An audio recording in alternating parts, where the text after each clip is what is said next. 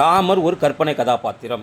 ராமர் வாழ்ந்ததற்கான ஆதாரமே இல்லை. ராமர் என்ற ஒரு கடவுளே பொய் என்று சொல்லும் திமுக, அதற்கு சொம்பட்டிக்கும் எதிர்க்கட்சிகளே, இன்னைக்கு உங்களுடைய கும்பலிலிருந்து வந்த காமமுத்து, ராமாயணம் நடக்கும்போது கூடவே இருந்த மாதிரியும், ராமர் 14 வருஷம் வனவாசம் போகும்போது இவரும் கூடவே போன மாதிரியும், ராமரை சீதை பிரிந்து செல்லும்போது இவர் கூட இருந்து கதை எழுதின மாதிரி இன்னைக்கு மேடையில் பேசியிருக்கிறார். என்னென்னு, சீதையை ராமர் பிரிந்ததனால் அவருக்கு புத்தி பேதலித்து விட்டது, புத்தி சுவாதீனம் இல்லாமல் போய்விட்டதுன்னு பேசியிருக்கிறார். உண்மைதான், தப்பு கிடையாது. ஏன்னாக்கா ஒரே மனைவியை வைத்துக்கொண்டு அவர்களோடு அன்போடு நேசத்தோடு இருந்தால், அவர் பிரிந்து விட்டால் எந்த ஒரு நல்ல கணவனுக்கும் எந்த ஒரு உத்தம கணவனுக்கும் புத்தி பேதலித்து தான் போகும்.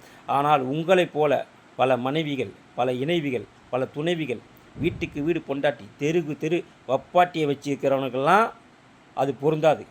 அது இல்லாமல் இப்படிப்பட்ட நீங்கள் எல்லாம், அதுவும் போல் காமமுத்து மீது சமீபத்தில் தான் பல பெண்கள், அதாவது பாடகிகள் மீட்டு புகார் கொடுத்தாங்க. இவர் எங்களுக்கு பாலியல் சீண்டல் கொடுத்தாருன்னு.